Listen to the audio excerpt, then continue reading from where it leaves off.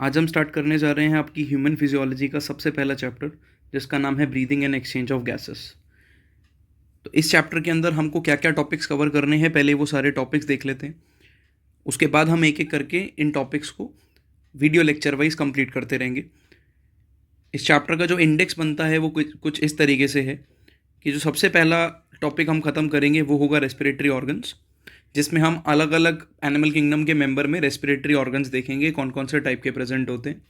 आपको सारे एनिमल्स में कवर नहीं करना है, जो यहाँ पर एनसीईआरटी में गिवन है वो वाले एग्जाम्पल्स की बस लिस्ट बनाएंगे। बाकी एनिमल किंगडम में जो अलग से एग्जाम्पल्स दिए होंगे हम वहाँ पर डिस्कस करेंगे उनको।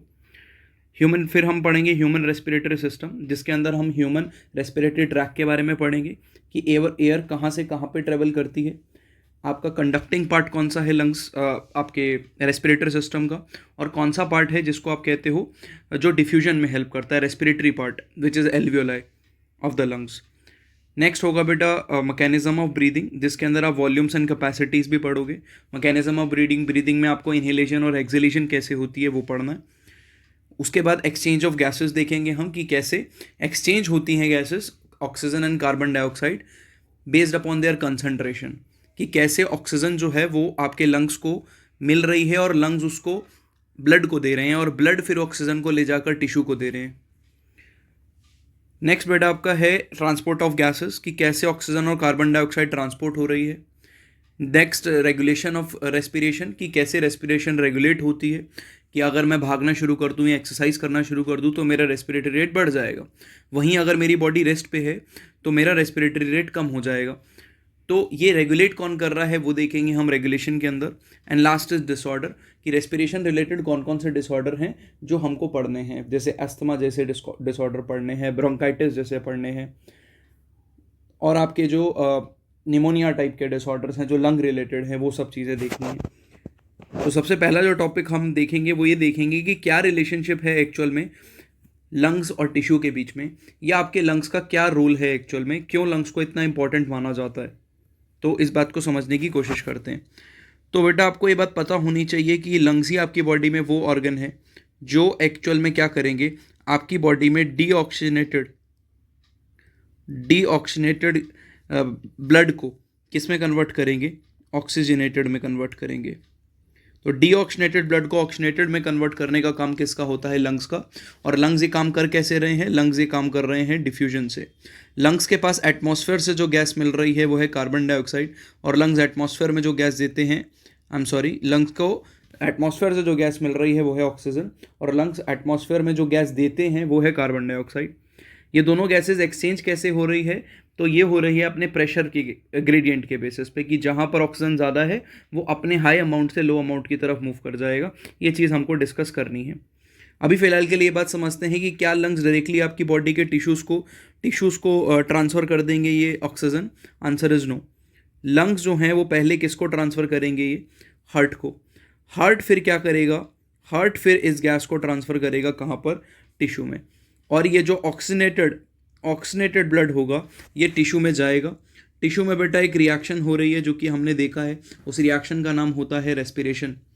इस रिएक्शन में क्या हो रहा है, कैटाबॉलिज्म हो रहा है, मतलब आपका ग्लूकोज टूटता है तो यहाँ पे एक रिएक्शन हो रही है जिसमें ग्लूकोज ऑक्सीजन की प्रेजेंस में टूट रहा है, और वो कौन सी गैस दे रहा है, कार्बन डाइऑक्साइड दे रहा है, और साथ में आपको क्या मिलती है, energy in the form of ATP.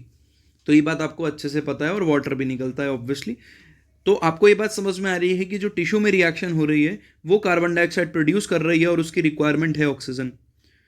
तो ये ऑक्सीजन कौन प्रोवाइड करता है, तो ये ऑक्सीजन ब्लड प्रोवाइड करेगा जो कि लंग से आया, हार्ट के थ्रू होता हुआ।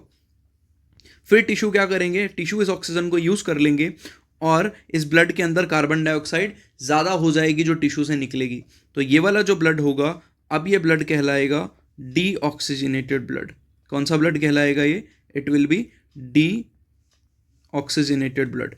फिर ये डीऑक्सीजनेटेड ब्लड जो है वो दोबारा से हार्ट में जाएगा, फिर हार्ट से ये ब्लड निकलेगा और कहाँ जाएगा, लंग्स में। और लंग्स में जो ब्लड पहुंचेगा वो डीऑक्सीनेटेड पहुंचेगा, और डीऑक्सीनेटेड जो ब्लड है लंग्स उसको ऑक्सीनेटेड कर देंगे फिर से, क्योंकि लंग्स के पास ऑक्सीजन आ रही है फ्रॉम द एनवायरनमेंट डायरेक्टली।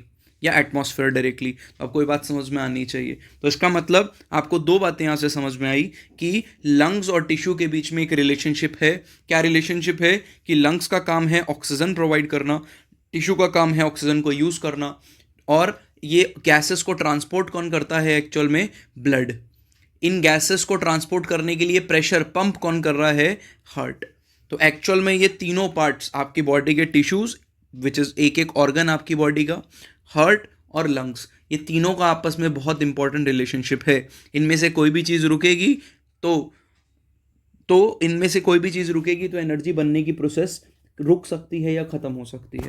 तो आपको ये बात ध्यान से समझनी है, ठीक है। तो इसी चीज़ को एनसीईआरटी कुछ पॉइंट्स में लिखती है, वो पॉइंटर्स हम देख लेते हैं जल्दी से। तो एनसीईआरटी से ही ये जो है इमेज ली गई है। तो आप ध्यान से देखिएगा कि यहाँ पे चल क्या रहा है। तो यहाँ पे बोल रहा है कि रेस्पिरेशन एक ऐसी प्रोसेस है जिसमें क्या क्या चीज़ें इन्वॉल्व होती हैं। तो पहली इन्वॉल्व होती है breathing, which is also called as pulmonary ventilation. Star mark कर लेना इस पॉइंट को, इंपॉर्टेंट है कि ब्रीदिंग को एक और नाम से जाना जाता है, which is called as pulmonary ventilation. Atmospheric air is drawn in and carbon dioxide rich air is release out. Atmospheric air जो है वो लंग्स के लेवल पे अंदर आएगी और कार्बन डाइऑक्साइड रिच एयर बाहर जाएगी लंग्स के लेवल पे। ये एल्वियोलाई के लेवल पे हो रहा है बेसिकली। व्हेन आई से लंग्स का लेवल, इट मीन्स कि मैं एल्वियोलाई की बात कर रहा हूँ यहाँ पे। फिर उसके बाद क्या होगा? उसके बाद डिफ्यूजन होगा गैसेस का, ऑक्सीजन और कार्बन डाइऑक्साइड का। और यहाँ पे बहुत अच्छे से आप देख सकते हो कि ऑक्सीजन का डिफ्यूजन कहाँ हो रहा है? आपके ब्लड से, आपके लंग से ब्लड में, आई एम सॉरी। और कार्बन डाइऑक्साइड का डिफ्यूजन कहाँ से हो रहा है? ब्लड से लंग्स में, ताकि लंग्स बाहर फेंक पाएँ उसको, ठीक है। तो डिफ्यूजन होगा गैसेस का at the alveolar membrane, alveoli के लेवल पे डिफ्यूजन होता है। फिर इस गैस को ट्रांसपोर्ट कौन कर रहा है? तो गैस को ट्रांसपोर्ट करने के लिए ब्लड इंपॉर्टेंट रोल प्ले करता है। तो transport of gas by the blood. Next, diffusion of oxygen and carbon dioxide between blood and tissue. उसके बाद डिफ्यूजन होगा किसका? कार्बन डाइऑक्साइड का और ऑक्सीजन का। कहाँ पे? टिश्यू के लेवल पे। तो टिश्यू के लेवल पे डिफ्यूजन कैसे हो रहा है? ऑक्सीजन जा रही है टिश्यू के अंदर और कार्बन डाइऑक्साइड जा रही है ब्लड के अंदर। इसलिए जो ऑक्सीनेटेड ब्लड था वो किस में कन्वर्ट हो गया? डीऑक्सीनेटेड में कन्वर्ट हो गया। अब आपको देखना है utilization of oxygen by cells for catabolic reaction. तो किस कैटाबॉलिक रिएक्शन की बात कर रहे हैं? जो मैंने आपको बताया कि ग्लूकोज तोड़ोगे आप, या जो भी आपने बायोमोलिक्यूल खाए, जो भी सबस्ट्रेट खाए, ग्लूकोज, फैट, प्रोटीन, जो भी आपकी बॉडी जिसका भी रेस्पिरेशन कर रही है, कैटाबॉलिज्म कर रही है, वो वहाँ पर ये ऑक्सीजन जो है वो यूज़ होगी। और एज अ रिजल्ट जो कार्बन डाइऑक्साइड प्रोड्यूस होगी सेलुलर रेस्पिरेशन में, ठीक है, सेलुलर रेस्पिरेशन में, वो भी ये इसी लेवल पे ट्रांसपोर्ट होती है आपके ब्लड के अंदर। This is important. तो आपको ये बात याद रखनी है कि ये जो प्रोसेस है जो टिश्यू के लेवल पे होती है, this is called as what? This is called as cellular respiration. This is important. तो सेलुलर रेस्पिरेशन कहते हैं हम इस प्रोसेस को। अब देखते हैं बेटा, सबसे पहले टॉपिक पे आ जाते हैं हम। ये तो ओवरव्यू हो गया हमारा। अब हम सबसे पहले टॉपिक पे आ जाते हैं अपने ब्रीदिंग चैप्टर के, breathing and exchange of gases chapter के, रेस्पिरेटरी ऑर्गन्स। आपको ये सबसे पहला क्वेश्चन पूछा जाता है कि क्या सारे एनिमल्स के अंदर type of respiratory organ same होते हैं या अलग अलग होते हैं? तो टाइप ऑफ रेस्पिरेटरी ऑर्गन सारे एनिमल्स में अलग अलग हो सकते हैं। किस बेसिस पे डिपेंड करता है कि कौन से एनिमल में कौन से टाइप का, कौन से एनिमल में कौन सा टाइप का रेस्पिरेटरी ऑर्गन रहने वाला है? ये किस बात पे डिपेंड करता है? तो ये डिपेंड करता है कि एनिमल का हैबिटेट क्या है और एनिमल में लेवल ऑफ ऑर्गेनाइजेशन क्या है। हैबिटेट का मतलब क्या हो गया कि क्या एनिमल लैंड पे रह रहा है, टेरेस्ट्रियल है, क्या एनिमल आपका पानी में रह रहा है, तो है एक्चुअल में कैसा, क्या उसको ज़मीन के नीचे रहना है, तो ये एनिमल है कैसा, उस बेसिस पे रेस्पिरेटरी ऑर्गन इसको मिलेगा। नेक्स्ट, लेवल ऑफ ऑर्गेनाइजेशन पे भी डिपेंड करेगा। लेवल ऑफ ऑर्गेनाइजेशन का मतलब क्या हो गया? क्या एनिमल जो है वो सेलुलर लेवल ऑफ ऑर्गेनाइजेशन है, मतलब उसकी बॉडी में अभी टिश्यूज़ नहीं बने हैं, सिर्फ सेल है। क्या जो एनिमल है उसमें टिश्यू लेवल ऑफ ऑर्गेनाइजेशन है, मतलब इस एनिमल में टिश्यू दिखते हैं, सिर्फ ऑर्गन्स नहीं दिखते हैं। क्या इस एनिमल के अंदर ऑर्गन लेवल ऑफ ऑर्गेनाइजेशन है या organ system level of organization है, कि अब इस एनिमल के अंदर ऑर्गन और ऑर्गन सिस्टम बन चुके हैं। इनमें से सबसे हायर लेवल ऑफ ऑर्गेनाइजेशन अगर मैं आपको बताऊं तो सबसे हायर लेवल ऑफ ऑर्गेनाइजेशन होता है ऑर्गन एंड ऑर्गन सिस्टम। सबसे लोअर लेवल ऑफ ऑर्गेनाइजेशन कौन सा हो गया? Cellular level of organization. तो आप जितना लोअर लेवल ऑफ ऑर्गेनाइजेशन पे रहोगे उतनी सिंपल प्रोसेस करवा सकते हैं रेस्पिरेशन के लिए। इसलिए जितने भी छोटे एनिमल्स आप देखोगे उनके अंदर बहुत ही बेसिक प्रोसेस सिर्फ सिंपल डिफ्यूजन के थ्रू, सिर्फ सिंपल डिफ्यूजन के थ्रू भी क्या हो सकता है, सिंपल डिफ्यूजन के थ्रू भी क्या हो सकता है, आपका एक्सचेंज ऑफ गैस हो सकता है। तो रेस्पिरेटरी ऑर्गन किन दो बातों पे डिपेंड करता है, ये बहुत ही इंपॉर्टेंट पॉइंट है, आपके स्कूल के पॉइंट ऑफ व्यू से भी बहुत इंपॉर्टेंट है और एंट्रेंस के पॉइंट ऑफ व्यू से भी बहुत इंपॉर्टेंट है। नेक्स्ट हो गया बेटा respiratory organs. And respiratory organs की एक लिस्ट बनाई हुई है, उस लिस्ट को बस आपको अपने नोट्स के अंदर एज इट इज जो मैं लिखवा रहा हूँ वैसा ही लिख लेना है, एनसीईआरटी से ही उठाए गए हैं एग्जाम्पल, कहीं और से नहीं। नेक्स्ट कह रहा है लोअर इन्वर्टिब्रेट्स के अंदर जो छोटे एनिमल्स होते हैं जैसे कि स्पॉन्जेस, सीलेंटरेट प्लेटफॉर्म्स, वो अपनी बॉडी सर्फेस के थ्रू सिंपल डिफ्यूजन से भी रेस्पिरेशन कर सकते हैं, जो मैं ऊपर भी आपको एग्जांपल समझा रहा था, वही चीज़ यहाँ पर हो रही है। अर्थफॉर्म्स की बात करें तो अर्थफॉर्म्स मॉइस्ट क्यूटिकल, ठीक है, अपनी मॉइस्ट सर्फेस से, जो बॉडी की सरफेस होती है उसके थ्रू डिफ्यूजन करते हैं एक्चुअल में, क्योंकि अर्थवर्म जो है वो ज़मीन के नीचे भी रहते हैं, तो इनको अपनी बॉडी सरफेस से भी एब्जॉर्ब करने की ताकत मिली है कि अपनी बॉडी की सरफेस से भी चीज़ों को एब्जॉर्ब कर सकते हैं। बाकी इंसेक्ट्स की बात करें तो ट्रैकियल ट्यूब्स प्रेजेंट होती है, जैसे कि हम कॉकरोच की बात करें तो एक बहुत ही कॉमन एग्जांपल आ जाता है जिसके अंदर ट्रैकियल ट्यूब्स बनी होती हैं, जो कि कॉकरोच की बॉडी के अंदर ये ट्यूब्स ही क्या करती हैं, कैरी करती हैं गैसेस को, फिर वो डिफ्यूजन के थ्रू गैसेस इस कॉकरोच के टिश्यूज तक पहुंचेगी, तो उनको क्या बोलते हैं हम, ट्रैकियल ट्यूब। एक्वेटिक आर्थ्रोपॉड्स की बात करें एंड मोलस्का की बात करें तो पॉइंट टू बी नोटेड, इसने सिर्फ आर्थ्रोपॉड और मोलस्का नहीं लिखा है, यहाँ पे लिखा हुआ है एक्वेटिक आर्थ्रोपॉड्स एंड मोलस्का। इनमें होता है बेटा क्या, गिल्स, और गिल्स के थ्रू जो रेस्पिरेशन हो रहा है उसका नाम है brachial respiration, branchial respiration, I am sorry. तो ब्रैंकियल रेस्पिरेशन आपको याद रखना है, इंपॉर्टेंट। नेक्स्ट टेरेस्ट्रियल एनिमल की बात करें, जैसे कि ह्यूमंस भी टेरेस्ट्रियल एनिमल्स हैं, ज़मीन पर रहने वाले एनिमल्स की बात करें तो लंग्स बहुत फेमस रेस्पिरेटरी ऑर्गन है, और लंग्स से होने वाली रेस्पिरेशन को कहते हैं पल्मोनरी रेस्पिरेशन। तो इन जनरल इस चैप्टर में या किसी भी ह्यूमन फिजियोलॉजी के चैप्टर में आप कभी पल्मोनरी टर्म सुनो, ठीक है, पल्मोनरी टर्म अगर सुन रहे हो तो आपको याद रखना है कि वो लंग्स के रिस्पेक्ट में यूज़ होती है ज़्यादातर। फिशेस की बात करें तो फिशेस के अंदर बताने की भी जरूरत नहीं है कि गिल्स के थ्रू होगा। एम्फीबियंस की बात करें, रेप्टाइल्स, बर्ड्स, एम्फीबियंस में आपके कौन कौन से एनिमल आ जाते हैं, एम्फीबियंस में ऐसे फ्रॉग आ गया, ऐसे एनिमल जिनको सर्वाइव करने के लिए 2 हैबिटेट की ज़रूरत है उनको बोलते हैं एम्फीबियंस। द नेक्स्ट हो गए रेप्टाइल्स, ठीक है, क्रॉलिंग एनिमल जैसे कि स्नेक हो गए, लिजर्ड्स हो गए, ये सब क्या हैं आपके रेप्टाइल्स। बर्ड्स एंड मैमल्स, इन सब के अंदर आपको क्या दिखता है, लंग्स दिखते हैं एज अ रेस्पिरेटरी ऑर्गन, ये इंपॉर्टेंट है, एग्जाम्पल आ गया कि लंग्स किस किस में दिखते हैं आपको। लास्ट इज एम्फीबियन, एम्फीबियन के अंदर जैसे कि फ्रॉग के एग्जाम्पल लें तो फ्रॉग में और भी टाइप के रेस्पिरेशन दिखते हैं। अब ऐसा कैसे हो सकता है पॉसिबल, तो फ्रॉग का एग्जाम्पल आपको समझना है। फ्रॉग में ना इनडायरेक्ट डेवलपमेंट होती है, मतलब फ्रॉग के अंदर टेडपोल स्टेज भी आती है, टेडपोल स्टेज भी आएगी। अगर फ्रॉग में टेडपोल स्टेज की बात करें तो फ्रॉग में गिल्स दिखते हैं, लेकिन जब फ्रॉग एडल्ट हो जाता है तो फ्रॉग लंग्स के थ्रू रेस्पिरेशन भी करता है और फ्रॉग मॉइस्ट स्किन के थ्रू रेस्पिरेशन भी करता है। अब फ्रॉग की बात करें तो आपको पता होना चाहिए कि फ्रॉग टेम्परेचर चेंज होने पे, जब उनका सूटेबल टेम्परेचर नहीं होता है तो ज़मीन के नीचे जाकर रहते हैं। तो आप खुद सोचो, अगर फ्रॉग ज़मीन के नीचे रह रहे हैं तो लंग्स तो उनका रेस्पिरेशन में हेल्प नहीं कर पाएगा। उस टाइम पे रेस्पिरेशन में जो हेल्प करती है वो है उनकी मॉइस्ट स्किन, तो क्यूटेनियस रेस्पिरेशन कहते हैं, ठीक है। तो फ्रॉग एक बहुत ही स्पेशल एग्जाम्पल है जिसमें गिल्स के थ्रू रेस्पिरेशन भी होती है, जिसमें पल्मोनरी रेस्पिरेशन भी होती है और जिसमें क्यूटेनियस रेस्पिरेशन भी होती है। लेकिन सिर्फ एडल्ट फ्रॉग का पूछेगा आपसे तो उसमें टेडपोल स्टेज को काउंट नहीं करेंगे हम, फिर उसके अंदर हम ये बोलेंगे कि एडल्ट फ्रॉग के अंदर क्यूटेनियस और पल्मोनरी रेस्पिरेशन दोनों होती है। What is cutaneous respiration, moist skin के through respiration is called as what, cutaneous respiration. अब हम आ जाते हैं बहुत ही इंपॉर्टेंट टॉपिक जिसके लिए ये पूरा चैप्टर शुरू किया गया है, जो चैप्टर का एक्चुअल में मेन बेसिस है कि हम ह्यूमन फिजियोलॉजी पढ़ रहे हैं, तो हमारा मेन मोटिव है क्या पढ़ना, ह्यूमन रेस्पिरेटरी सिस्टम पढ़ना। तो ह्यूमन रेस्पिरेटरी सिस्टम के अंदर आपको ये बात याद रखनी है कि 2 पार्ट्स में हम ह्यूमन रेस्पिरेटरी सिस्टम को क्लासिफाई कर सकते हैं। एक हो गया रेस्पिरेटरी ट्रैक, रेस्पिरेटरी ट्रैक मतलब जो कंडक्टिंग पार्ट हो गया, जो कंडक्शन ऑफ गैस में हेल्प करता है, ठीक है, गैस को बाहर से आपके गैसेस को बाहर से आपके लंग्स तक पहुंचाएगा और आपके लंग्स के अंदर फिर उसका डिफ्यूजन होगा। तो ऐसा ऑर्गन जो डिफ्यूजन में हेल्प करता है उसका नाम है लंग्स, और वो पार्ट जो डिफ्यूजन में हेल्प कर रहा है लंग्स के अंदर, उस पार्ट का नाम है एल्वियोलाई। ये बात आपको याद रखनी है। तो अगर मैं रेस्पिरेटरी ट्रैक की बात करूं तो रेस्पिरेटरी ट्रैक स्टार्ट हो जाता है एक्सटर्नल नॉस्ट्रल से, ठीक है, जो आपके नाक के पोर्स हैं उनको हम बोलते हैं बेटा क्या, nostrils. So the openings openings of your nose are called as nostrils, या इनको ज़्यादा बेटर रहेगा कहना एक्सटर्नल नॉस्ट्रल्स, जिनके थ्रू गैस कहाँ आएगी, आपके नाक के अंदर। नेक्स्ट हो गया बेटा नेजल चेम्बर। जो नेजल चेम्बर होगा इसको नेजल कैविटी के नाम से भी जाना जाता है, तो बहुत सारी बुक्स में आपको नेजल कैविटी भी दिखेगा। ये वही चेम्बर है जिसके 3 काम होते हैं एक्चुअल में, ठीक है। क्या क्या काम है बेटा? एक तो ये फिल्टर करता है एयर को, एयर को क्या करेगा, फिल्टर करेगा, फिल्टर द एयर।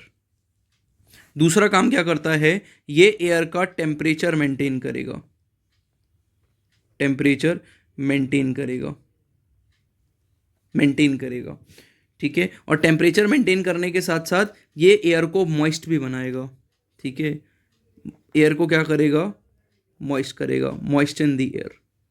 तो जो भी सांस आप बाहर से अंदर ले रहे हो उसका टेम्परेचर मेंटेन करना, उसमें मॉइस्चर क्रिएट करना, वो किसका काम होता है, नेजल चेम्बर का। कि आप अगर बाहर से बहुत ज़्यादा ड्राई गैस ले रहे हो, ठीक है, ड्राई एयर है बहुत ज़्यादा प्रेजेंट, लेकिन फिर भी जब आप सांस लोगे तो आपके लंग्स के अंदर जो एयर पहुंचेगी वो मॉइस्ट एयर पहुंचने वाली है, ठीक है। एंड लास्ट जो इसका काम रहेगा वो रहेगा रिसेप्टर की तरह काम करना, स्मेल रिसेप्टर्स।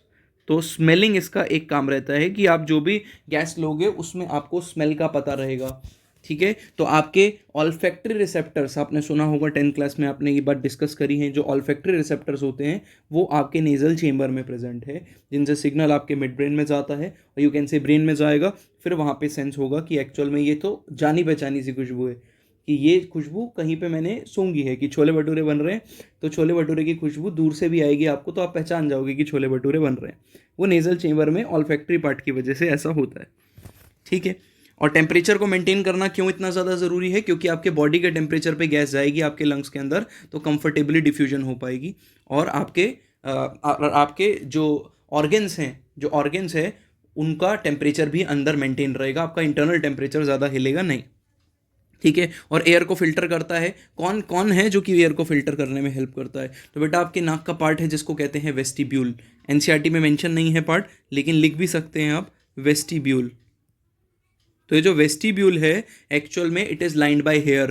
तो आपकी नेजल चेम्बर के अंदर हेयर प्रेजेंट होते हैं जो इसको फिल्टर करेंगे, और इसको फिल्टर करने के बाद क्या करते हैं, आपकी लंग्स में जो एयर पहुंचेगी वो बिल्कुल फ्रेश पहुंचने वाली है, ठीक है। एयर को मॉइस्ट बनाने में बहुत ज़्यादा रोल प्ले करते हैं कौन, आपके mucus gland, mucus gland, mucus gland याद रखना है। तो एयर को मॉइस्चर करने के लिए म्यूकस ग्लैंड प्रेजेंट होंगे, और स्मेल के लिए कौन इंपॉर्टेंट रोल प्ले करेगा, ऑल्फैक्टरी रिसेप्टर्स, रिसेप्टर्स। तो ऑल्फैक्टरी रिसेप्टर्स हेल्प करेंगे स्मेल करने के लिए। तो ये 3 आपके रोल हो गए। Next is pharynx. तो फेरिंग्स क्या होता है बेटा, तो pharynx is the common passage for food and air. तो अब आप एक बात इमेजिन करो कि लेट से आप पानी पी रहे हो और आपको पानी पीते पीते आपके दोस्त ने हंसा दिया, तो क्या होगा, तो जो पानी बाहर आएगा वो सिर्फ आपके मुंह से बाहर आएगा या नाक से भी बाहर आ जाएगा। तो आप ये बात इमेजिन कर पा रहे हो कि पानी तो भाई मुंह से और नाक से दोनों जगह से बाहर आएगा। इसका मतलब कहीं ना कहीं एक कॉमन पैसेज है, कहीं ना कहीं एक कॉमन गलियारा बना हुआ है आपके गले के अंदर, नेक रीजन के अंदर, जो कि क्या है, कॉमन है। आप ऐसे भी सोच सकते हो कि आप खाना भी मुंह से ही खा रहे हो, ठीक है, आप खाना मुंह से खा रहे हो और सांस जो ले रहे हो वो नाक से ले रहे हो, मुंह से भी ले सकते हैं, और वो दोनों ही चीज़ें गले में जा रही हैं। तो इसका मतलब कहीं ना कहीं आपकी जो ओरल कैविटी है, माउथ है, वो आपकी नेज़ल कैविटी के साथ, नेज़ल चेम्बर के साथ कहीं ना कहीं जुड़ा हुआ है, कॉमन एरिया शेयर कर रहा है। उसी कॉमन पैसेज को क्या बोलते हैं हम, फेरिंग्स। तो फेरिंग्स क्या होता है बेटा, this is common passage for food and air. तो फूड भी यहीं से जाएगी और एयर भी यहीं से जाएगी, ठीक है। फेरिंग्स बहुत बड़ा है, फेरिंग्स के फर्दर डिविजन्स हो सकते हैं, लेकिन उन डिविजन्स में हमको जाना नहीं है, ठीक है, उन डिविजन्स में हमको नहीं जाना है। हमको बस ये पढ़ना है कि जो फेरिंग्स है वो कॉमन पैसेज है, और फेरिंग्स के बाद फिर आपकी जो एयर है वो जाएगी कहाँ पर, आपके विंड पाइप में, और जो आपका फूड है वो जाएगा कहाँ पर, फूड पाइप में। लेकिन हाँ, एक बहुत इंपॉर्टेंट बात जो आपको पता होनी ही चाहिए कि आपके गले में आगे की तरफ जो ट्यूब प्रेजेंट होती है, आपके गले में आगे की तरफ जो ट्यूब प्रेजेंट होती है, यहाँ पे बना लेते हैं थोड़ा सा,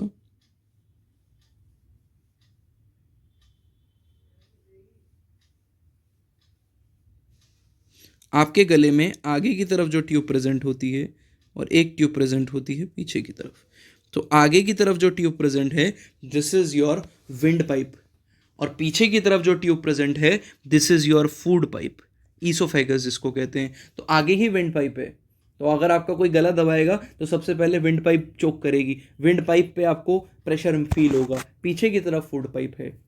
ठीक है, तो आपको ये बात समझनी है कि जो ओपनिंग है आपके सांस लेने वाली ट्यूब की, that is called as glottis. क्या बोलते हैं इस ओपनिंग को हम? ग्लॉटिस। तो ये जो ग्लॉटिस है बेटा, इसके ऊपर एक कवर या फ्लैप प्रेजेंट है, जिस फ्लैप को बोला जाता है एपीग्लॉटिस। बहुत आसान हो गया समझने में भी कि ग्लॉटिस के ऊपर जो फ्लैप प्रेजेंट होगा that is epiglottis, simple as that. काम क्या है इस फ्लैप का? तो आपने 10th क्लास में भी पढ़ा है, पर दोबारा समझ लेते हैं। इस फ्लैप का काम होता है आपकी विंड पाइप को कवर करना, आपकी विंड पाइप को क्या करना? कवर करना। जब जब आपका खाना स्वेलो करोगे, आप निगलोगे खाना, उस टाइम पे क्या होगा? जो स्वेलोइंग रिफ्लेक्स है, आपका खाना निगलने वाला रिफ्लेक्स है, उस केस के अंदर ये एपीग्लॉटिस आके कवर कर लेगा किसको? आपके ग्लॉटिस को। ठीक है, the opening of your wind pipe उसको कवर कर लेगा और आपके खाने को प्रिवेंट करेगा कि वो विंड पाइप में ना जाए, आपकी विंड पाइप चोक होने से बचे या फिर आपके लंग्स तक ना पहुंचे खाना बिल्कुल भी। मेरी बात समझ में आ रही है? क्योंकि खाना कहाँ जाना चाहिए? आपके फूड पाइप में जाना चाहिए, स्टमक में जाना चाहिए, यहाँ नहीं आना चाहिए। इसीलिए बोलते हैं कि कभी हम टीवी देख रहे हैं या हम कभी किसी से बात कर रहे हैं, उस टाइम पे खाना नहीं चाहिए, या खाते हुए किसी से बात नहीं करनी चाहिए, या टीवी वगैरह नहीं देखना चाहिए, क्योंकि हमको पूरी कंसंट्रेशन से पहले खाना खाना है। खाना खाना एक बहुत ही इंपॉर्टेंट लाइफ प्रोसेस है। न्यूट्रिशन इज़ वेरी इंपॉर्टेंट, किसी भी दूसरी चीज़ से ज़्यादा इंपॉर्टेंट है ये चीज़। ठीक है, रादर देन आपका एक शो छूट जाए, रादर देन एक बात जो कि बाद में भी हो सकती है वो बाद में हो जाए, अपना खाना पहले एकदम कंसंट्रेशन से खाना बहुत ज़रूरी है। ठीक है, क्यों ऐसा कहा जाता है? क्योंकि बहुत ज़्यादा चांसेस होंगे कि अगर आप सेम टाइम पे बोलने की कोशिश कर रहे हो और खाने की कोशिश कर रहे हो तो आपका खाना आकर फंस सकता है। कहाँ पर? At the junction of epiglottis and glottis, कि एपीग्लॉटिस कवर करने जा रहा था ग्लॉटिस को, उसी टाइम पे खाना आके फंस गया। बहुत ज़्यादा चांस है कि ऐसा हो जाए। ठीक है, और रेयर केसेस के अंदर ऐसा भी हो सकता है कि खाना एक्चुअल में ट्रकिया के अंदर चला जाए, तो वो खांसी आ सकती है। ठीक है, आपके लंग्स वापस प्रेशर लगा के फेंकने की कोशिश करेंगे बाहर।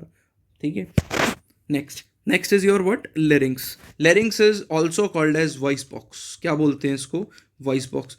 तो शुरू में ही आपके विंड पाइप के स्टार्टिंग में ही ये प्रेजेंट होता है क्या?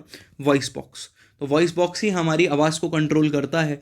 ठीक है, मेरे को जो आवाज़ मिल रही है, जो आप मेरी आवाज़ सुन पा रहे हो, वो इसी की बदौलत है। इसमें बेटा कार्टिलेज प्रेजेंट है, कार्टिलेज के बने हुए वोकल कॉर्ड्स प्रेजेंट हैं, और इन्हीं वोकल कॉर्ड्स की मदद से क्या आती है? हमको साउंड प्रोड्यूस करने की ताकत मिलती है। तो साउंड हम इसी की मदद से प्रोड्यूस कर पाते हैं, जो कि आप देखोगे भी तो आप बल्जिंग स्ट्रक्चर देख पाओगे, महसूस कर पाओगे अपने गले पे ऊपर की ही तरफ। तो ये जो बल्जिंग स्ट्रक्चर है, जिसको एडम्स एप्पल भी कहते हैं हम, कि एडम्स एप्पल जो है वो मेल के अंदर ड्यूरिंग प्यूबर्टी ग्रो करता है और ज़्यादा डेवलप हो जाता है, मेल की आवाज़ में बहुत ड्रास्टिक चेंज आ सकता है। तो वो एडम्स एप्पल आपका वॉइस बॉक्स ही है which controls your voice. Next is trachea, also called as wind pipe. क्या बोलते हैं ट्रकिया को? विंड पाइप कहते हैं। और ये जो ट्रकिया है एक्चुअल में ये ट्यूबुलर स्ट्रक्चर है, ट्यूब का बना हुआ स्ट्रक्चर है। ठीक है, ये आपके नेक से लेकर आपके लंग्स तक एयर को क्या करेगा? लेके जाएगा। अब ट्रकिया के बारे में 2-3 चीज़ें ज़रा ध्यान से सुनना। ट्रकिया जो है एक्चुअल में टूटेगा, बटेगा 2 इक्वल हिस्सों में, बट जाएगा। This is called as bifurcation. तो आपका जो ट्रकिया है वो बाइफर्केट करेगा, एक लंग्स में एंटर करेगा, दूसरे लंग्स में एंटर करेगा। तो trachea bifurcates to enter inside the lungs में एंटर करने के लिए ट्रकिया क्या करता है? बाइफर्केट करेगा। और आपसे एक बहुत इंपॉर्टेंट क्वेश्चन पूछा जाता है कि ये बताओ बेटा, ट्रकिया बाइफर्केट किस लेवल पे किया? अब ये किस लेवल का मतलब क्या होता है समझते हैं, जरा ध्यान से सुनो। कि आपकी एनसीईआरटी लिखती है कि ट्रकिया टूटा eight the level of T5, eight the level of 5th thoracic vertebra। What is the meaning of vertebra? तो आपको ये बात पता है कि आपके पीछे रीढ़ की हड्डी प्रेजेंट है बैक साइड पे। बैक साइड को डॉर्सल साइड बोलते हैं। क्या बोला जाता है बैक साइड को? डॉर्सल। तो आपके डॉर्सल साइड पे रीढ़ की हड्डी प्रेजेंट है, तो उस रीढ़ की हड्डी में वर्टिब्रा प्रेजेंट है बेटा। ठीक है, वर्टिब्रा। ठीक है, और ये जो वर्टिब्रा है इनकी काउंटिंग होती है फ्रॉम ऊपर से लेकर नीचे तक, पूरी काउंटिंग होगी। सबसे पहले जो वर्टिब्राज आते हैं आपके नेक रीजन के अंदर उनको बोला जाता है सर्वाइकल वर्टिब्रा, फिर आते हैं थोरैसिक वर्टिब्रा, ठीक है, फिर आते हैं लैम्बर, फिर आपके टेल वाले वर्टिब्रा आ जाएंगे। अभी फिलहाल के लिए मैं जो कॉन्सेप्ट समझाना चाह रहा हूँ आप सिर्फ कॉन्सेप्ट समझो, याद रखने की इसमें से कोई भी जरूरत नहीं है, जब जरूरत पड़ेगी तब याद करवाएंगे इनको। तो आपको ये बात याद रखनी है कि ऊपर की तरफ जो वर्टिब्रा प्रेजेंट है वो सर्वाइकल है, फिर आ जाएंगी आपकी थोरैसिक। तो इन वर्टिब्रा को ऐसे नाम दिया जाता है कि ऊपर जो सर्वाइकल वर्टिब्रा हैं ऊपर से इनको नंबरिंग दी जाती है 1 2 3 4 5 6 7, 7 होती हैं सर्वाइकल वर्टिब्रा, तो C1 C2 C3 C4 C5 C6 C7 ऐसे नाम दिया जाएगा। फिर थोरैसिक स्टार्ट हो जाएगी T1 T2 T3 T4 T5 T6 T7। तो होपफुली आप समझ पा रहे हो कि आपकी वर्टिब्रा को हमने नंबरिंग दी है ऊपर से लेके नीचे की तरफ, और यही आपकी एनसीईआरटी लिखती है कि अगर आपको लोकेट करना है कि ऑन एन एवरेज ह्यूमन के अंदर ट्रकिया किस लेवल पे बाइफर्केट करता है, तो फिफ्थ थोरैसिक वर्टिब्रा के लेवल पे T5 के लेवल पे क्या करता है ये बाइफर्केट, दो टुकड़ों में टूटता है, दो टुकड़ों में नहीं कह सकते, आई एम सॉरी, दो ट्यूब्स में बंटता है, और दो ट्यूब्स में बंटने के बाद कहाँ एंटर हो जाता है, लंग्स में, ठीक है। एक चला जाएगा आपके लेफ्ट लंग के अंदर और एक चला जाएगा आपके राइट लंग के अंदर। तो लेफ्ट लंग में लेफ्ट साइड जो ट्यूब का बटा वो गया और राइट लंग के अंदर राइट साइड गया। मेरी बात समझ में आ रही है? और ये जो टूट के दो ट्यूब्स बन गई, ट्रकिया टूटने के बाद दो ट्यूब बनी, उन ट्यूब्स को हम कहते हैं bronchi. What we call these tubes, bronchi. और इनमें से हर एक को बोलेंगे ब्रोंकस। वो सिंगुलर और प्लूरल वाला फर्क है, कंफ्यूजन की कोई जरूरत नहीं है इसके अंदर, ठीक है। एक को बोलेंगे ब्रोंकस और दोनों को बोलेंगे bronchi, as simple as that. अब एक बहुत ही बेसिक क्वेश्चन जो कि आपने 10th क्लास में भी सुना होगा, लेकिन यहाँ पर भी इंपॉर्टेंट है, यहाँ पे इंपॉर्टेंट है कि trachea in absence of air भी कोलैप्स नहीं करता है कभी भी। कोलैप्स मतलब कि जब भी एयर नहीं होगी किसी ट्यूब के अंदर तो उसके अंदर लो प्रेशर क्रिएट हो जाना चाहिए, ठीक है। अगर किसी ट्यूब के अंदर एयर नहीं है तो उसके अंदर लो प्रेशर क्रिएट हो जाना चाहिए, और इस लो प्रेशर की वजह से द ट्यूब शुड कोलैप्स, ठीक है। ट्यूब क्या हो जानी चाहिए, एक्चुअल में कोलैप्स हो जानी चाहिए, जिसकी वजह से चोकिंग भी हो सकती है, लेकिन ऐसा कभी होता नहीं है ट्रकिया के साथ। क्यों नहीं होता है? Because your trachea is surrounded with C shaped, very important, एक एक पॉइंट जो बोल रहा हूँ उसको एकदम कान खोल के सुनना है आपको, सी शेप कार्टिलेजिनस रिंग्स। तो कार्टिलेज की बनी हुई रिंग्स का बना हुआ है, और उसकी शेप क्या है कार्टिलेजिनस रिंग, क्या ये कार्टिलेजिनस रिंग पूरी बंद है या ये कार्टिलेजिनस रिंग पूरी बंद नहीं है? तो एक्चुअल में पूरी बंद नहीं है, ठीक है। तो ये ओ शेप्ड नहीं है, ये कैसी है, सी शेप्ड। और इस सी शेप्ड को देखोगे तो सामने से बंद होती है, लेकिन यही जब आप पीछे से देखोगे तो पीछे से देखने पे आपको ये खुली हुई दिखेगी, ठीक है। तो ये जो सी शेप की रिंग्स हैं ये आपके ट्रकिया को कवर करती है और कोलैप्स होने से बचाएगी। अब ये टूटी हुई क्यों है, ओ शेप की क्यों नहीं हो सकती थी? अब ओ शेप की अगर हो जाती, पूरी कवर्ड हो जाती, तो आप नेक मूव कैसे करते, आपकी नेक को मोबिलिटी कैसे मिलती? Point number 1। पॉइंट नंबर 2, अभी मैंने आपको बताया कि आपकी विंड पाइप के पीछे से जाती है oesophagus which is food pipe. तो विंड पाइप के पीछे से फूड पाइप जा रही है, तो उसको भी तो स्पेस चाहिए। तो याद रखना है आपको कि जो शेप है इन कार्टिलेजिनस रिंग की वो सी शेप रहती है। और ध्यान से देखो जो मैंने अभी डायग्राम बनाया आपके सामने, क्या इस डायग्राम के अंदर आपको ये लग रहा है कि यहाँ पर जो कार्टिलेजिनस रिंग है मैंने सिर्फ ट्रकिया पे बनाई है या मैंने ब्रोंकाई पे भी बनाई है? अब इसके आगे होगी कि नहीं होगी वो मैंने अभी नहीं बताया, लेकिन ये बात तो कंफर्म हो गई कि ट्रकिया के साथ साथ ब्रोंकाई पे भी होगी, आगे भी होती है, वो मैं बताऊंगा कि कहाँ तक जाती है। तो आपको ये बात याद रखनी है, ठीक है। अब देखते हैं जरा, तो ब्रोंकाई कहाँ एंटर हो जाते हैं बेटा, लंग्स में, ठीक है। तो ब्रोंकाई जैसे ही लंग्स में एंटर हुए तो उनको बोलेंगे हम प्राइमरी ब्रोंकाई, ठीक है। जैसे ही एंटर हुए तो क्या बोलेंगे, प्राइमरी। ये ब्रोंकाई फिर से टूटे बटते हैं, ब्रोंकाई क्या करते हैं, डिवाइड होना स्टार्ट हो जाते हैं, डिवाइड होते जाएंगे, प्रोफ्यूजली ब्रांचिंग रहेगी इनके अंदर, ब्रांचिंग होती जाती है। तो इनके अंदर जो ब्रांचिंग होगी पहली बार, फिर जो ब्रोंकाई बनेंगे that will be primary bronchi, फिर से ब्रांचिंग होगी that will be secondary bronchi, फिर से हो गई तो टर्शरी ब्रोंकाई, फिर ब्रांचिंग हो गई अगर तो इनिशियल ब्रोंक्यूल।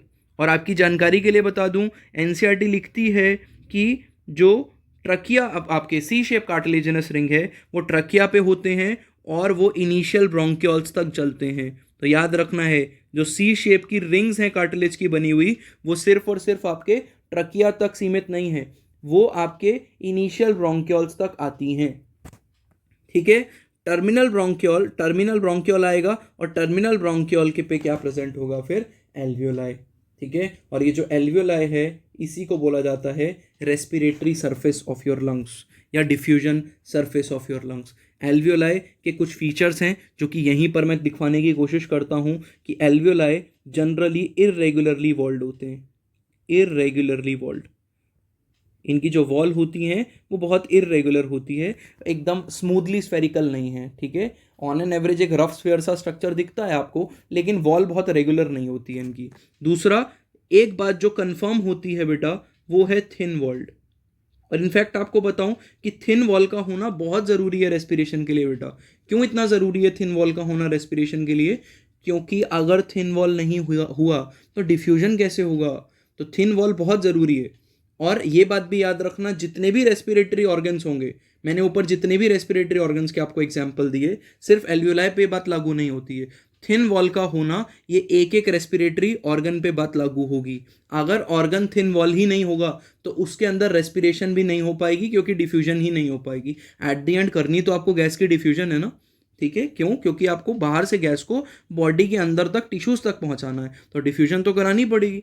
तो पहला जो फीचर बताया मैंने एल्वियोलाई का कि वो इरेगुलरली वॉल्ड होते हैं, दूसरा फीचर बताया कि ये थिन वॉल्ड होते हैं, और तीसरा फीचर मैं आपको बताने जा रहा हूं कि alveoli are highly vascular. Highly vascular, blood vessel भर भर के होती है भाई एल्वियोलाई के अंदर, भर भर के ब्लड वेसल होगी, ठीक है। क्यों होंगी ब्लड वेसल्स? इसलिए क्योंकि आप खुद सोचो कि जो ऑक्सीजन आनी है वो देनी किसको है? ब्लड को। और जो कार्बन डाइऑक्साइड बाहर फेंकनी है वो आएगी कहाँ से? ब्लड से। तो ब्लड सप्लाई तो बहुत हाई होनी चाहिए ना, क्योंकि लंग्स का रिलेशनशिप किसके साथ है? आपके ब्लड के साथ। फिर वो ब्लड कहाँ जाएगा? टिश्यू के पास जाएगा। तो टिश्यू का रिलेशनशिप भी किसके साथ रहेगा? ब्लड के साथ। तो जो कनेक्ट कर रहा है इन दोनों ऑर्गन्स को वो ब्लड है, ठीक है। जो गैसेस को ट्रांसपोर्ट कर रहा है वो ब्लड है। तो this is important.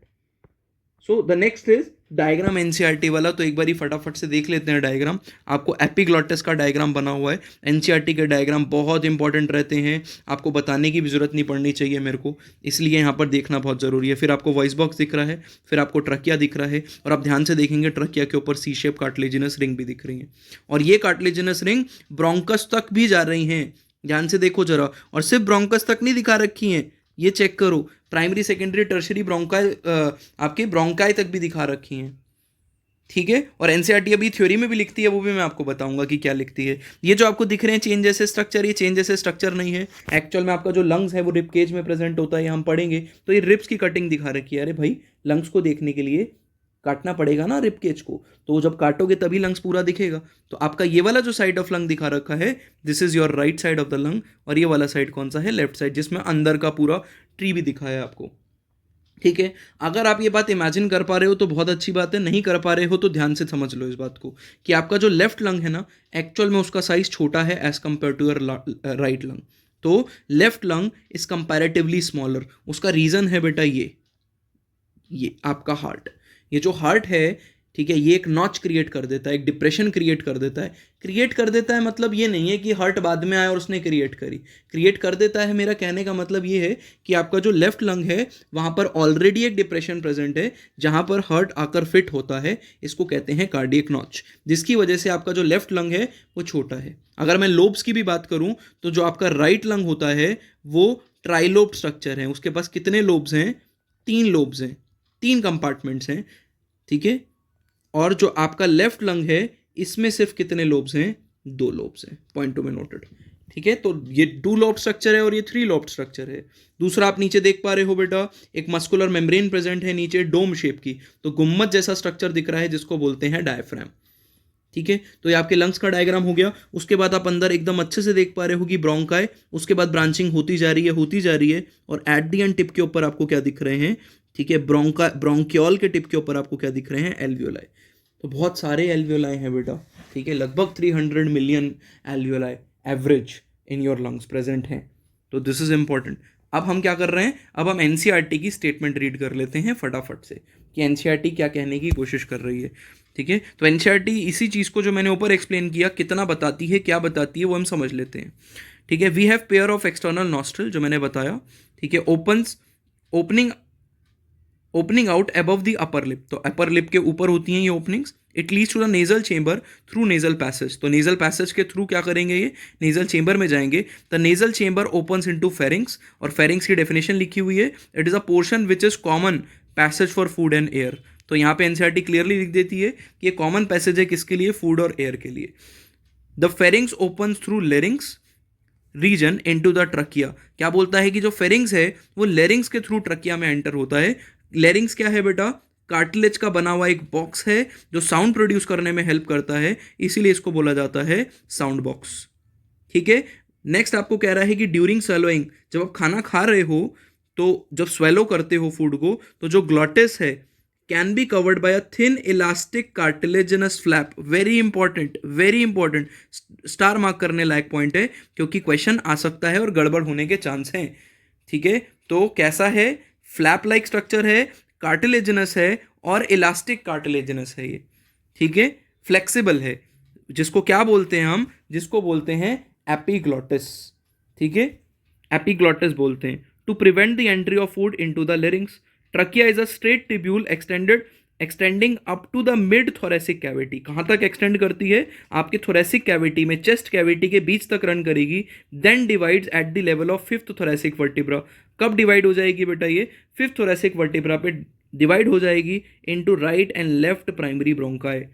Right primary bronchi और लेफ्ट प्राइमरी ब्रोंकाई में डिवाइड हो जाएगी। Each bronchi undergo repeated division, बार बार डिवाइड करेंगे, क्या बनाएंगे, leading to the formation of secondary, tertiary bronchi and bronchioles, ending up in very thin terminal bronchioles. ठीक है, और फिर एंड में क्या दिखेंगे आपको, बहुत ही पतले टर्मिनल ब्रोंक्यूल्स भी दिखेंगे। द ट्रकिया प्राइमरी सेकेंडरी और tertiary bronchi and initial bronchiole point to be star marked. ठीक है, कि इनिशियल ब्रोंक्यूल तक सपोर्ट मिला हुआ है किसका, इनकम्प्लीट कार्टिलेजिनस रिंग का। वाई दे आर इनकम्प्लीट, क्योंकि सी शेप है, ओ शेप नहीं है, पूरा बंद नहीं है वो रिंग। ठीक है, नेक्स्ट कह रहा है each terminal bronchiole give rise to a number of very thin irregularly walled vascular bag like structure called as alveoli. Very important, दोबारा सुनना, मैंने तीनों फीचर लिखवा दिए, very thin irregularly walled and vascular bag-like structure which is called as alveoli. The branching network of bronchi and bronchiole and alveoli comprising the lungs. Very important. This statement can be asked in assertion and reason. ठीक है, कि actual में lungs में क्या क्या चीज़ें आती हैं, तो ब्रोंकाई, उसके branching portion, bronchiole and alveoli, ये सब चीज़ें मिलकर क्या बनाती हैं, आपका लंग्स बनाती हैं। मेरी बात समझ में आ रही है। अब ये वाला डायग्राम भी देखेंगे तो बिल्कुल सेम है। अब ये वाला डायग्राम बहुत आसान हो गया है, एनसीईआरटी से नहीं है ये वाला डायग्राम, बट स्टिल देखिए, आपको ब्रोंक्यूल्स दिख रहे हैं। ठीक है, ब्रोंक्यूल्स के ऊपर आपको ये वैस्कुलराइजेशन दिख रही है, veins and arteries and capillaries दिख रही हैं, जो कि आगे सिर्फ कैपिलरीज होती हैं, किस पे, एल्वियोलाई पे। एल्वियोलाई पे आपको सरफेस पे दिख रहा है कि इनका सरफेस नियरली स्फेरिकल है और बहुत सारे एल्वियोलाई चिपके हुए हैं।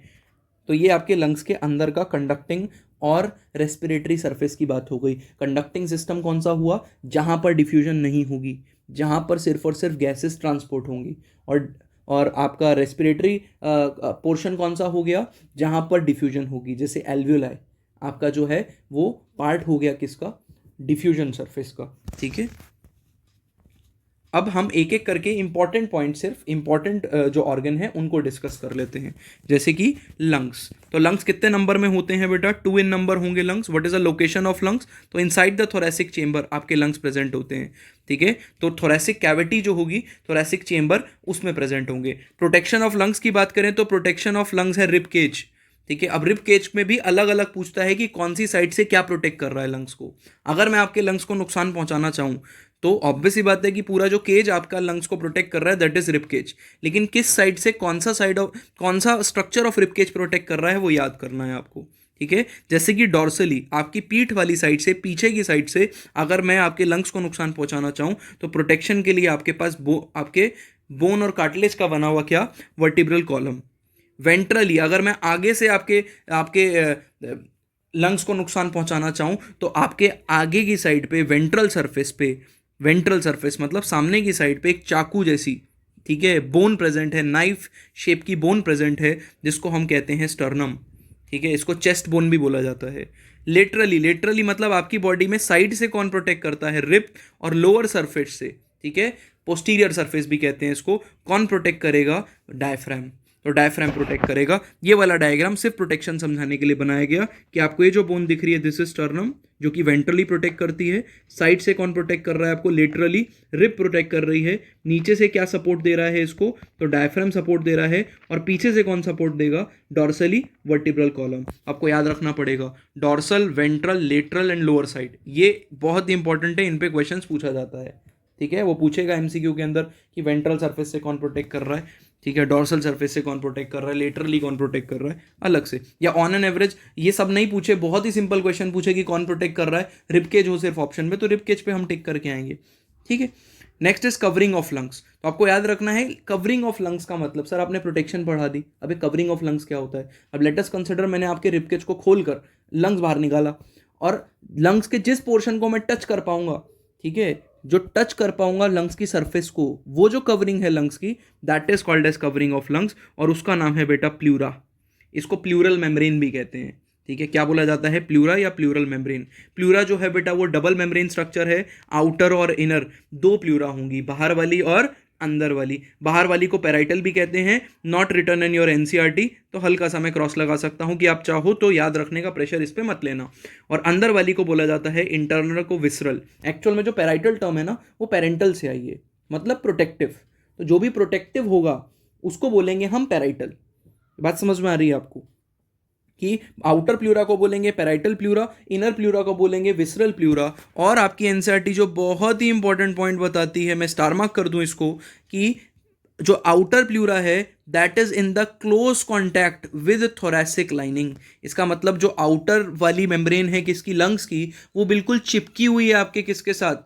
थोरैसिक चेंबर के साथ, अंदर से चिपकी हुई है, बीच में बहुत ज़्यादा जगह नहीं है, क्लोज कॉन्टैक्ट में है। और जबकि जो इनर प्लूरा है वो आपके लंग्स की सरफेस से क्लोज कॉन्टैक्ट में है। ठीक है, कॉन्टैक्ट के अंदर है। तो ये बहुत ही इंपॉर्टेंट है कि बाहर वाली जो प्लूरा है that is in contact with what? Your thoracic chamber. और जो अंदर वाली प्लूरा है वो कॉन्टैक्ट में है किसके? वो कॉन्टैक्ट में है आपके अंदर वाली लंग्स के कॉन्टैक्ट में है। तो ये इंपॉर्टेंट है। और इन दोनों के बीच में जो स्पेस है that is called as pleural cavity. इस कैविटी के अंदर जो फ्लूइड भरा होता है उसको कहते हैं प्लूरल फ्लूइड। ठीक है, और प्लूरल फ्लूइड के 2-3 काम होते हैं, जिसमें से आपकी एनसीईआरटी जो काम लिखती है दैट इज रिड्यूस फ्रिक्शन। भाई जब आपका लंग्स क्या करेगा? जब आपका लंग्स कॉन्स्ट्रिक्ट करेगा या इन्फ्लेट करेगा, आप सांस भरोगे तो बाहर फूलेगा, छोड़ोगे तो क्या करेगा? स्ट्रिंग करेगा। तो इन दोनों ही केसेस के अंदर दोनों प्लूरा के बीच में फ्रिक्शन हो सकती है। तो इस फ्रिक्शन को रिड्यूस करने के लिए, ताकि वियर एंड टियर ना हो, ठीक है, बहुत नुकसान ना पहुंचे दोनों लेयर को, उसको बचाने के लिए आपके लंग्स के अंदर एक्चुअल में क्या प्रेजेंट है? Pleural fluid. ये प्लूरल फ्लूइड आपकी दोनों प्लूरा को, आउटर और इनर प्लूरा को, न्यूट्रिशन भी प्रोवाइड करता है, नरिशमेंट करता है बेसिकली प्रोवाइड।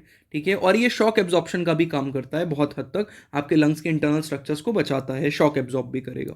तो बेसिकली फटाफट से प्लूरा रिवाइज करते हैं। एक आउटर प्लूरा, एक inner pleura. Inner pleura lungs की साइड है तो लंग्स के साथ क्लोज कॉन्टैक्ट में, आउटर वाला थोरैसिक चेंबर के साथ कॉन्टैक्ट में है तो थोरैसिक लाइनिंग के साथ कॉन्टैक्ट में। दोनों के बीच के स्पेस को प्लूरल कैविटी, जो फ्लूइड भरा हुआ है pleural fluid. And what is the function of pleural fluid? तो एक फंक्शन तो बिल्कुल मत भूलना, क्योंकि एनसीईआरटी लिखती है इट रिड्यूसेस फ्रिक्शन, सिंपल। ठीक है, तो आपको एनसीईआरटी बहुत इंपॉर्टेंट बात बताती है इसको लिखने के बाद, जो बात आपको तब समझ में आएगी जब हम मैकेनिज्म पढ़ेंगे रेस्पिरेशन का, ब्रीदिंग का बेसिकली, कि आपके लंग्स कैसे क्या कर रहे हैं, इन्फ्लेट कर रहे हैं और कैसे कंस्ट्रिक्ट कर रहे हैं, ये इंपॉर्टेंट चीज़ है। तो आपकी एनसीईआरटी लिखती है द एनाटॉमिकल सेटअप, लंग्स कुछ इस तरीके से प्रेजेंट है एनाटॉमिकली, ठीक है, इन द थोरैसिक चेंबर, कि कोई भी change, that any change in the volume of the thoracic cavity will be reflected in the lungs which is pulmonary cavity. तो दोबारा सुनना ध्यान से, यहाँ पे 2 बातें लिखी जो कि एमसीक्यू में आपको कंफ्यूज कर सकती हैं अगर आपका कॉन्सेप्ट यहाँ पे क्लियर ना हुआ तो। थोरैसिक कैविटी एक तो टर्म दिया एनसीईआरटी ने, और एक टर्म दिया बेटा pulmonary cavity. Thoracic cavity term दिया और दूसरा कौन सा टर्म दिया? Pulmonary cavity. ये दोनों ही जो कैविटी हैं, थोरैसिक ले लो या पल्मनरी ले लो, इन दोनों में डिफरेंस आना चाहिए आपको।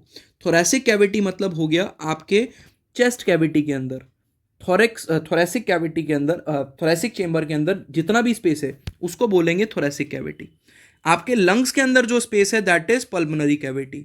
और एनसीईआरटी बोलती है कि लंग्स कुछ इस प्रकार प्रेजेंट हैं आपकी थोरैसिक चेंबर में, आपकी चेस्ट कैविटी में ऐसे प्रेजेंट हैं कि अगर आप थोरैसिक चेंबर के वॉल्यूम को बढ़ाओगे तो लंग्स का वॉल्यूम बढ़ेगा, थोरैसिक चेंबर के वॉल्यूम को कम करोगे तो लंग्स का वॉल्यूम चेंज करेगा। तो एक बात जो कि बहुत महत्वपूर्ण है आपके लिए, बहुत ही ज़्यादा ज़रूरी है कि अगर आपको लंग्स को फुलाना है, ठीक है, फुलाना है, तो आपको लंग्स पे कुछ ज़्यादा करने की ज़रूरत नहीं है, जस्ट थोरैसिक चेंबर को फुला दो।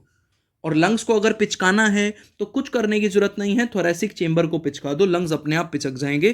क्या इस स्टेटमेंट का मतलब, खुद से पढ़ के देखो, वही समझ में आ रहा है जो मैं कह रहा हूं कि the anatomical setup of the lungs in the thorax is such that any change in the volume of thoracic cavity will be reflected in the lungs, which is also called as pulmonary cavity. thoracic cavity में कोई भी change pulmonary cavity में भी आपको दिखेगा।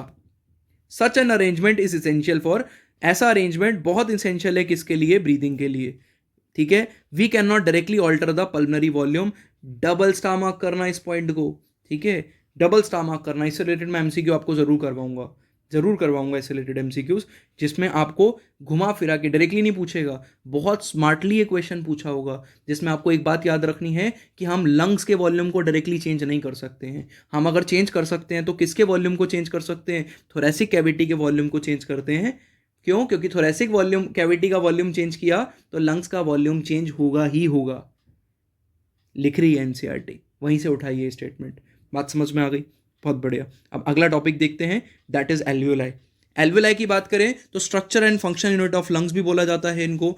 Alveoli के अंदर बेटा वो सेल जिनके थ्रू डिफ्यूजन होता है, that is squamous epithelium, squamous cell भी कहते हैं। स्क्वेमस सेल की खास बात ये होती है कि ये सिंगल लेयर्ड होते हैं, टाइल जैसे होते हैं। टाइल मतलब बिल्कुल जो ज़मीन पे हम जब पार्क में वॉक करने जाते हैं तो जो टाइल लगी होती है, बिल्कुल वैसा स्ट्रक्चर है, पतला। तो इतना सिंगल लेयर स्ट्रक्चर है, तो ऑब्वियस सी बात है कि ये बहुत ज़्यादा अच्छा टिश्यू हो गया किसके लिए, डिफ्यूजन ऑफ गैसेस के लिए। गैसेस आर पार हो सकती हैं एकदम मस्त इनसे, बिना किसी टेंशन के। स्क्वेमस एपिथेलियम जो आपके एल्वियोलाई में प्रेजेंट होंगे उनको कहते हैं न्यूमोसाइट्स। क्या बोलते हैं इनको हम? Pneumocytes, point to be noted, ठीक है। और मैं एल्वियोलाई का डायग्राम देखें, एक्चुअल में एनसीईआरटी में ये डायग्राम आगे की तरफ लिखा हुआ है, थोड़ा सा आगे बना हुआ है, बट मैं यहीं पे इसको एक्सप्लेन कर रहा हूँ आपके लिए, ध्यान से समझना। ये जो आपको दिख रहा है single layer, this is squamous epithelium. उसके अंदर आपको ये क्या दिख रहा है, दिस इज कैविटी। एटमॉस्फेयर से एयर जा रही है और एटमॉस्फेयर के पास एयर जा रही है, तो डिफ्यूजन के लिए एयर का आना और जाना। ये एल्वियोलर कैविटी है जिसके अंदर हवा भरी हुई होगी। किसी भी गैस को अगर जाना है तो ऑब्वियस सी बात है ब्लड के अंदर जाना है। तो मैंने आपको बताया कि एल्वियोलाई इज हाईली वैस्कुलर, तो ये दिख रही है आपको ब्लड वेसल। तो याद रखना है, ये जो आपको दिख रही है दिस इज कैपिलरी। क्या है ये? कैपिलरी है, ठीक है। एल्वियोलर कैपिलरीज भी कहते हैं हम इनको, क्योंकि एल्वियोलाई को घेर के रखती हैं कैपिलरीज। तो एक जनरल डायग्राम बनाएं तो बहुत सारी कैपिलरीज घेर के रखती हैं, जिसमें से एल्वियोलर कैपिलरी जो है वो कैपिलरी कहलाएगी जो एल्वियोलर को घेरेगी, ठीक है। देखो इधर, अब यहां पर आपको ये दिख रहा है कि अगर किसी भी गैस को, लेट से ऑक्सीजन को, यहां से ब्लड के अंदर जाना है, तो आप खुद सोचना कौन कौन सी लेयर को क्रॉस करना पड़ेगा। तो पहले तो क्रॉस करना पड़ेगा epithelium of what? Epithelium of your alveoli. एक क्रॉस करना पड़ेगा आपको किसको? ये वाले एपिथेलियम को, which is also called as endothelial of blood capillaries. Endothelial blood capillaries की वॉल को बोला जाता है क्या? एंडोथीलिया, ठीक है। तो एंडोथीलियम ऑफ ब्लड कैपिलरी। और ऑक्सीजन को अगर यहां से कैविटी से उठ के ब्लड वेसल के अंदर जाना है, तो आपको देखकर ऐसा लग रहा होगा कि सिर्फ 2 मेम्ब्रेन्स को क्रॉस करना है, लेकिन एक्चुअल में यहां पे तीसरी एक और मेम्ब्रेन है, which is called as basement substance, जो कि भरा हुआ होता है कहां पे? आपके एल्वियोलाई और कैपिलरी की वॉल के बीच में, ठीक है। ये है क्या? ये मैं आपको अभी डिस्कस करके बता रहा हूं। तो पहले ये वाले डायग्राम में सारी मार्किंग्स देख लो आप, कि बेसमेंट मेम्ब्रेन, एल्वियोलाई, उसके बाद आपको क्या दिख रहा है? एंडोथीलियल, आपको दिख रहा है simple squamous epithelium, which is squamous epithelium. और ये कितने लेयर ठीक होता है? सिंगल लेयर ठीक होगा। और ये तो आरबीसी दिखा रखे हैं आपको बस ये बताने के लिए कि हाँ भाई यहाँ पे ब्लड फ्लो कर रहा है। और आरबीसी बहुत इंपॉर्टेंट सेल्स हैं बेटा, जो ऑक्सीजन भी ट्रांसपोर्ट करते हैं और कार्बन डाइऑक्साइड भी, इसलिए यहाँ पे शो कर दिया, हम पढ़ेंगे आगे जाके, ठीक है। तो इसी चीज़ को एक बारी फटाफट से यहाँ पर कंपाइल कर देते हैं डिफ्यूजन मेम्ब्रेन की फॉर्म में। तो वो सारी मेम्ब्रेन, वो तीनों मेम्ब्रेन जो मैंने अभी आपको बताई, जो एल्वियोलाई से निकल के ऑक्सीजन को, जिनको क्रॉस करके ब्लड में जाने के लिए क्रॉस करना पड़ेगा। दोबारा सुनो, मैंने क्या बोला? ऑक्सीजन को एल्वियोलाई से निकल के ब्लड में जाने के लिए जिन भी मेम्ब्रेन्स को क्रॉस करना पड़ेगा, इन सब को बोलते हैं डिफ्यूजन मेम्ब्रेन। और डिफ्यूजन मेम्ब्रेन में 3 टाइप की मेम्ब्रेन्स आती हैं। 3 टाइप के आपके क्या आ रहे हैं? स्ट्रक्चर्स आ रहे हैं। एक तो थिन स्क्वेमस एपिथेलियम, जो कि क्या है? एल्वियोलाई का पार्ट है, एक है आपका एंडोथीलियम जो किसका पार्ट है, एल्वियोलाई की कैपिलरी का पार्ट है, और एक है बेसमेंट मेम्ब्रेन। बेसमेंट मेम्ब्रेन में एक्चुअल में दो थिन मेम्ब्रेन आती हैं बेटा। एक थिन मेम्ब्रेन आएगी जो कि किसको सपोर्ट करेगी, जो कि किस साइड पे प्रेजेंट होगी, स्क्वेमस एपिथेलियम की साइड पे, एल्वियोलाई की साइड पे होगी, और एक थिन मेम्ब्रेन वो होगी जो कि कहाँ पे होगी, एंडोथीलिया की साइड पे होगी। दोबारा सुनो मैंने क्या बोला, मैंने बोला कि यहां पर दो मेम्ब्रेन आएगी, एक आएगी वो मेम्ब्रेन जो कि टुवर्ड्स कहां पे प्रेजेंट होगी, टुवर्ड्स सपोर्ट कर रही होगी और टुवर्ड्स प्रेजेंट होगी स्क्वेमस एपिथेलियम ऑफ एल्वियोलाई, और एक और मेम्ब्रेन होगी जो कि कहां पे प्रेजेंट होगी, जो सपोर्ट कर रही होगी किसको, आपके एंडोथीलिया को सपोर्ट कर रही होगी, और इनको आपस में चिपका के रखेगी। तो इसका मतलब अगर ऑक्सीजन को एल्वियोलाई से निकल के कहाँ तक पहुंचना है, ब्लड तक पहुंचना है, तो उसको सबसे पहले क्रॉस करना पड़ेगा स्क्वेमस एपिथेलियम की मेम्ब्रेन, उसके बाद ये थिन मेम्ब्रेन जो कि स्क्वेमस एपिथेलियम को सपोर्ट करती है, फिर थिन मेम्ब्रेन जो कि एंडोथीलिया को सपोर्ट करती है, फिर क्रॉस करके जाना पड़ेगा कहाँ पर, किसको क्रॉस करना पड़ेगा, एंडोथीलियम, तब जाके कहाँ पहुंचेगा वो ब्लड में। अब आपको सोच के ऐसा लग रहा होगा कि भाई ये तो इतनी सारी मेम्ब्रेन डाल दी सर आपने, जो इतना थिक स्ट्रक्चर हो गया है। Answer is no. आपकी एनसीईआरटी लिखती है कि ये जो डिफ्यूजन मेम्ब्रेन है this is very very thick. ठीक है, ये इतनी थिक है कि 1 mm से भी बहुत बहुत थिक है ये।